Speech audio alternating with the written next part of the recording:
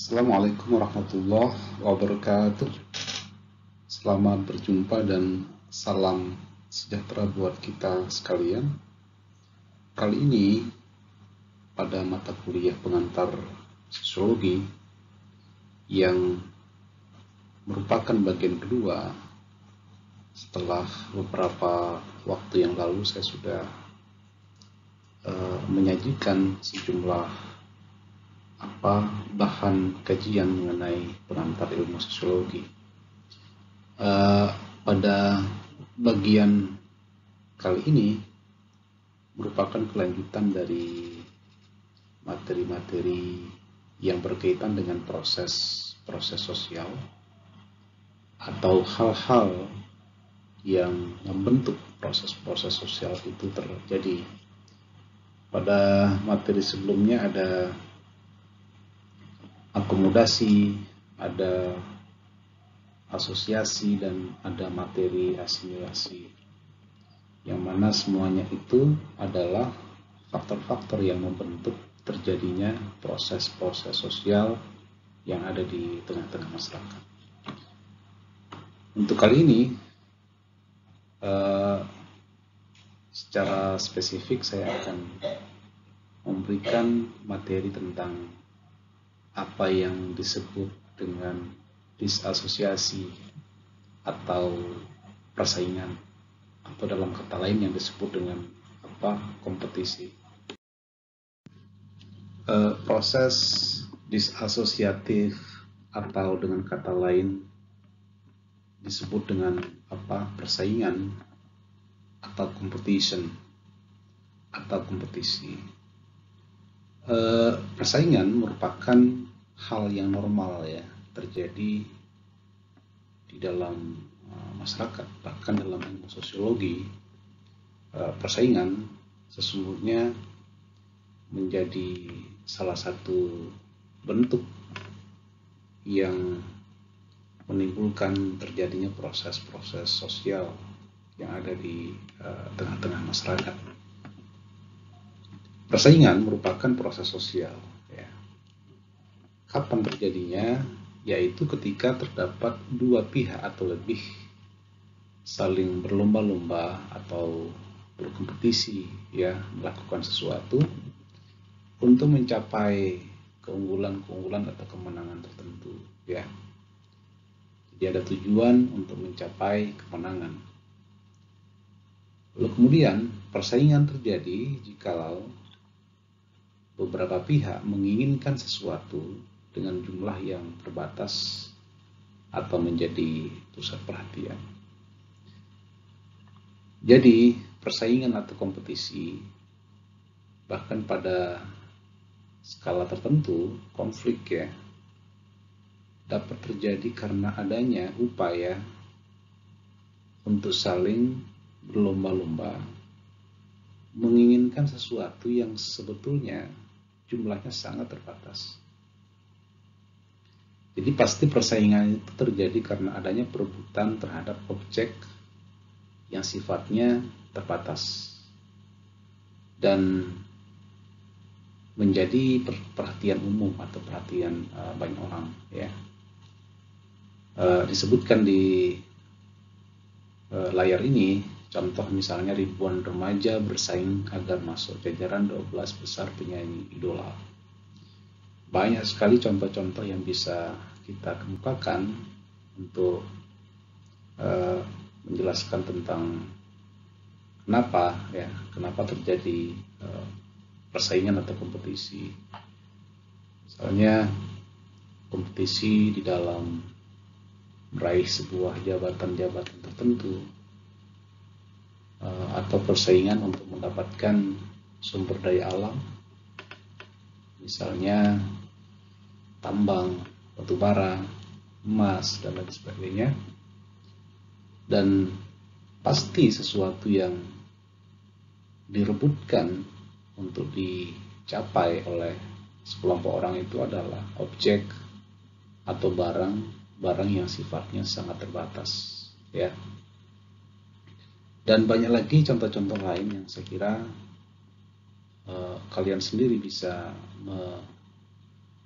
memukakannya ya, sehingga dengan adanya kecenderungan sebetulnya ada kecenderungan di mana masyarakat terus bersaing, maka ya harus diatur kemudian oleh hukum atau ada aturan-aturan yang membatasi kapan ya dan bagaimana seharusnya persaingan itu dilakukan sehingga tidak menimbulkan konflik atau pertikaian yang berkepanjangan antara dua belah pihak.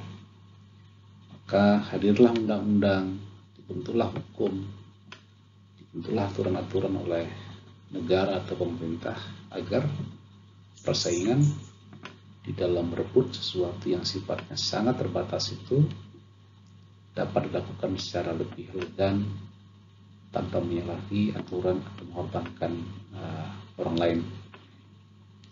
Kemudian persaingan dilakukan atas nama norma atau nilai yang diakui bersama dan berlaku di masyarakat tersebut.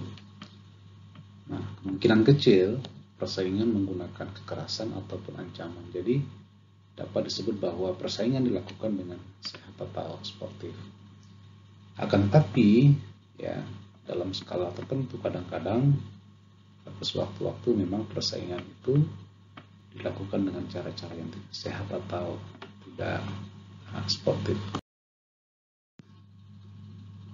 Pada bagian ini adalah kelanjutan dari apa yang saya sudah utarakan sebelumnya, bahwa ada kemungkinan atau potensi di mana persaingan itu dilakukan dengan cara-cara yang tidak sehat atau tidak sportif.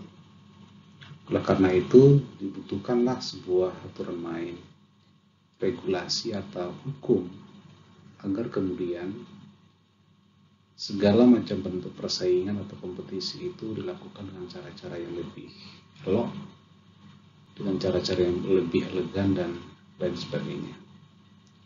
Bahkan dalam situasi tertentu kekerasan dan konflik komunal yang terjadi di tengah-tengah masyarakat itu seringkali disebabkan oleh persaingan yang tidak sehat dan melanggar aturan. Contoh-contoh persaingan yang lain misalnya pada bidang ekonomi ya, persaingan antara produsen barang sejenis dalam merebut pasar yang terbatas ya. Pasar itu pasti terbatas ya. Jumlah supply boleh jadi tinggi, tapi jumlah permintaan pasti akan dijadikan sebagai objek rebutan oleh para produsen ya. Sehingga terjadilah persaingan ekonomi atau perang dagang ya antara sejumlah negara-negara di dunia. Dan contoh yang lain adalah persaingan dalam suatu kedudukan ya, persaingan untuk menduduki jabatan-jabatan strategis. Contohnya adalah persaingan dalam hal kebudayaan, persaingan dalam penyebaran ideologi misalnya juga, kemudian dalam bidang pendidikan dan unsur-unsur kebudayaan yang lain. Akan tetapi yang perlu kita pahami bersama-sama bahwa persaingan atau kompetisi itu memiliki manfaat atau fungsi. Yang pertama adalah persaingan dapat dijadikan sebagai sarana untuk menyalurkan keinginan individu atau kelompok yang sama-sama menuntut untuk dipenuhi, padahal sulit dipenuhi seluruhnya secara serentak.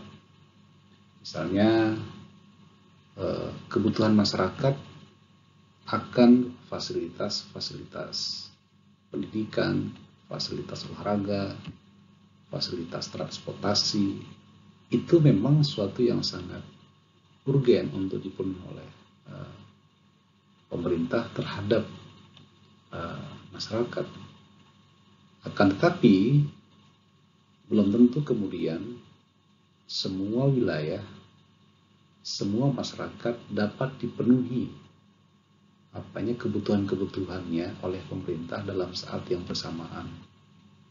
Jadi mesti ada tahapan-tahapan, mesti ada klasifikasi terhadap daerah mana saja yang harus dibangun lebih dulu, masyarakat mana yang harus dibangunkan infrastruktur terlebih dahulu, apakah masyarakat perkotaan, apakah masyarakat pedesaan, apakah masyarakat di luar jangkauan atau daerah-daerah yang terisolir, daerah yang berada di pinggiran, ya.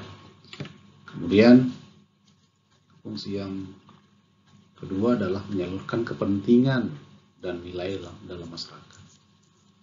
Contohnya di situ adalah dalam provinsi Aceh, warganya tak boleh berpakaian minim atau pendek, mereka harus berpakaian Islam. Maksudnya di sini adalah ada kepentingan di dalam masyarakat itu yang ditunjukkan melalui sebuah persaingan atau kompetisi untuk memperjuangkan nilai-nilai mereka, sehingga nilai-nilai termasuk nilai agama, nilai budaya diperjuangkan melalui sebuah persaingan pada level pembuatan keputusan di pemerintahan, sehingga pemerintah mendengarkan, ya, atau menampung aspirasi mereka agar nilai-nilai yang tumbuh di tengah-tengah masyarakat itu dapat dijadikan sebagai sebuah aturan bersama untuk bisa mengatur kehidupan bersama.